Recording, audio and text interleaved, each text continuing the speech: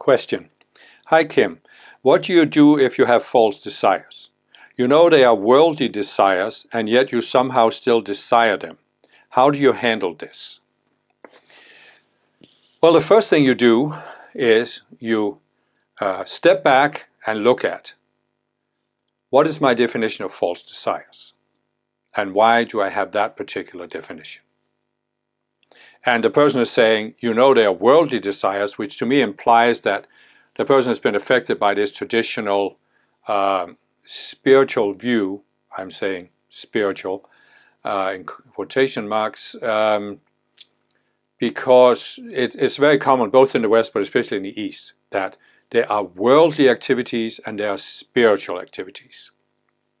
And if you're a spiritual person, you're not supposed to have a desire for worldly activities, and if you have it, you should suppress it and focus on spiritual activities. That's how you grow spiritually. And that, of course, is a dualistic black and white view. It's understandable that people have developed it, but in the Aquarian age, it's time to reconsider this. And what I have explained in many videos is that we are an extension of our higher selves, our I Am Presence, the I Am Presence. And the I Am Presence sent us, which is what I call the conscious you, not the outer personality, but it sent us into embodiment on earth. And it did this partly because it desired certain experiences that you can have only on earth. It also desired to do certain things on earth to express its co-creative abilities on earth. So, what do you mean with false desires? Now, you can, as I've talked about in many of my videos, you can be in two states of consciousness. You can see yourself as a separate being or as a connected being. And if you're connected to your higher self, you will not hurt other people, deliberately hurt other people. But when you go into separation, you can justify hurting other people by using the duality consciousness. So it's not so that your I Am Presence sat up there in the spiritual realm, looked down at earth and said, hey, I'd like to experience what it's like to be a mass murderer. I'm going to send a conscious you down there to experience that. Those are not desires that your I Am Presence has. But the I Am Presence can have a desire to experience what it's like to be in a physical body, to do the things you can do with a physical body, eat, have sex, do physical things, build a house, this or that. The I Am Presence can also have a desire to be creative, express its creativity in whatever way. You know, invent something new, build a house, do something better, write something, whatever it can be. So what I'm saying is that the Eastern definition of false desires, that any worldly desire is a false desire, it's just too primitive. It's too superficial. Because, let's put it this way, if you have a desire that really is coming from the I Am Presence, then it's not a false desire. And why should you resist it? You engage in the activity and you enjoy it. Now, as I said, as I've explained, the conscious you that is sent down into embodiment has free will and self-awareness. So the conscious you can, while you're in embodiment, develop a desire for experiencing something on earth or doing something on earth. And therefore you can have a legitimate desire to experience something and you haven't had enough of that experience. So again, this is not false, this is not wrong. So engage in the activity in a responsible manner so you don't hurt other people. Enjoy it, make the most of it. There are some spiritual teachers, even in the East, who have said there are basically two ways to spiritual growth. One is renunciation, you withdraw from the world, discipline your mind and suppress desires. The other is absorbing yourself in desires, indulging in desires and get them over with, so you've had enough of it. And there are some that say that both of them are equally effective. It probably varies a little bit from lifetime to lifetime. Some lifetimes you indulge, others you abstain, but But what I'm saying is that in the Aquarian age that we're moving into, we need to shift our way so we don't make this sharp distinction between worldly desires and spiritual desires, or worldly activities and spiritual activities.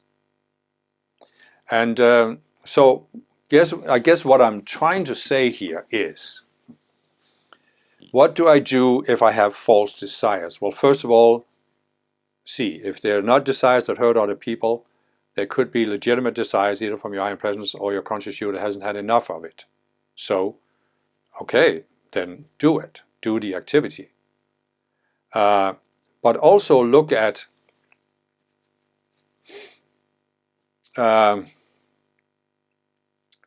your psychology, because as I've said before, now I'm going to talk about false desires, even though I said we should reconsider our definition of it.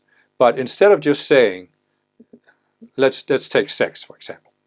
Traditional spiritual teaching, especially in the East, will say, oh, it's a worldly desire. It's non-spiritual. It needs to be suppressed. You need to live in a monastery. But what I'm saying is that sex, there are two aspects of sexual desire and any other worldly desire. There's one that can be fulfilled, and there's one that cannot be fulfilled. And what I have explained in some of my videos about non-duality and the duality consciousness is, when you go into this state of separation, you feel incomplete. You create the ego, and the ego spawns off all these subconscious selves. So, the overall desire of the ego is for you to feel complete again, because then it thinks it will survive. You won't transcend it. But the ego can only try to do this through worldly things. So, the ego, or subconscious selves that spring from the ego, they can project at you that through sexual activity you can experience this brief union where you feel complete. And therefore, the more sex you have, the more you will feel complete. This is an unfulfillable desire, because nothing in this world will ever fill you, because the only thing that will fill you is that you reestablish your connection to your I Am Presence and expand that connection. Only when you achieve oneness with your I Am Presence will you be completely fulfilled. So this is an unfulfillable desire. But you can also have a desire for sex that can be fulfilled, so that throughout your lifetime, and probably over many lifetimes, you can come to one where you're just saturated with it. And either it's not very important for you, it doesn't eat up your life, or you just spontaneously stop doing it because you don't need it anymore. And so there's another way to look at desire. So that's why you can look at your psychology and you can identify, do I have some subconscious selves that are pulling me into having more and more sex, or whatever the activity is? And then you can identify, hey, this is an unfulfillable desire. I've given teachings and tools for how to overcome these subconscious selves, so you can use those to identify the self, see the illusion, and dismiss the self. At the same time, you can strive to increase your connection with your I Am Presence, so you overcome that sense of emptiness, of not being fulfilled. And then you might identify some fulfillable desires and say, okay, I'm going to fulfill these. I mean, there's nothing wrong with, for example, growing up in a modern society, and you're saying, I want to experience what it's like to be married, to have children, to have a good job and a career, and a house, and raise the children. Nothing wrong with that. So if that's what you desire, then enjoy it, make the best of it. There may come a point later in life where you feel, oh, I've had enough of this. Maybe when the kids move away from home or whatever. Then you can always reevaluate. But you see what I'm saying? It's not constructive to think that any worldly desire has to be suppressed and that spiritual people must do this. This is actually a subconscious self, most likely created in past lifetimes, where you were exposed to this kind of philosophy, whether it's the East or the West. Worldly desires will pull you into sin, and keep you out of the spiritual realm. You need to forcefully suppress them and live in a monastery. And, as I've said before about sex, there are people who claim to be spiritual, but who are spending more attention and energy on suppressing their sexual desire than some people spend on just having sex once in a while when they feel like it. And the rest of the time you don't even think about it. So it is really a matter of coming to a point where you don't have this obsessive compulsion. You can also look at desire and say, are they obsessive compulsive? Do you feel this? You must do this. Or can you just say, oh, well, it's just something I enjoy when I have the opportunity to do it, and when I don't even think about it. So I hope this helps you get a different perspective on desires. You can, of course, go the traditional route and go into some kind of spiritual movement or teaching that says, this is how you suppress all worldly desires. And if that's what you desire to do, go ahead and do it. Who am I to say you shouldn't do it? But I'm just saying that I have found over the years that it's much more constructive to look at the psychology and look at, because even this desire to be spiritual by suppressing worldly desire, even that is the subconscious self.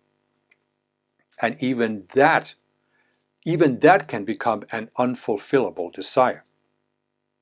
The desire to have no desires, no worldly desires, can in itself be driven by a subconscious self, and it's an unfulfillable desire that can eat up the rest of your life, instead of you resolving that self and then focusing on resolving more selves until you reach a higher state of consciousness, where you are at peace and you're not driven by these obsessive compulsive desires. So basically, spiritual growth can also become an obsessive compulsive unfulfillable desire.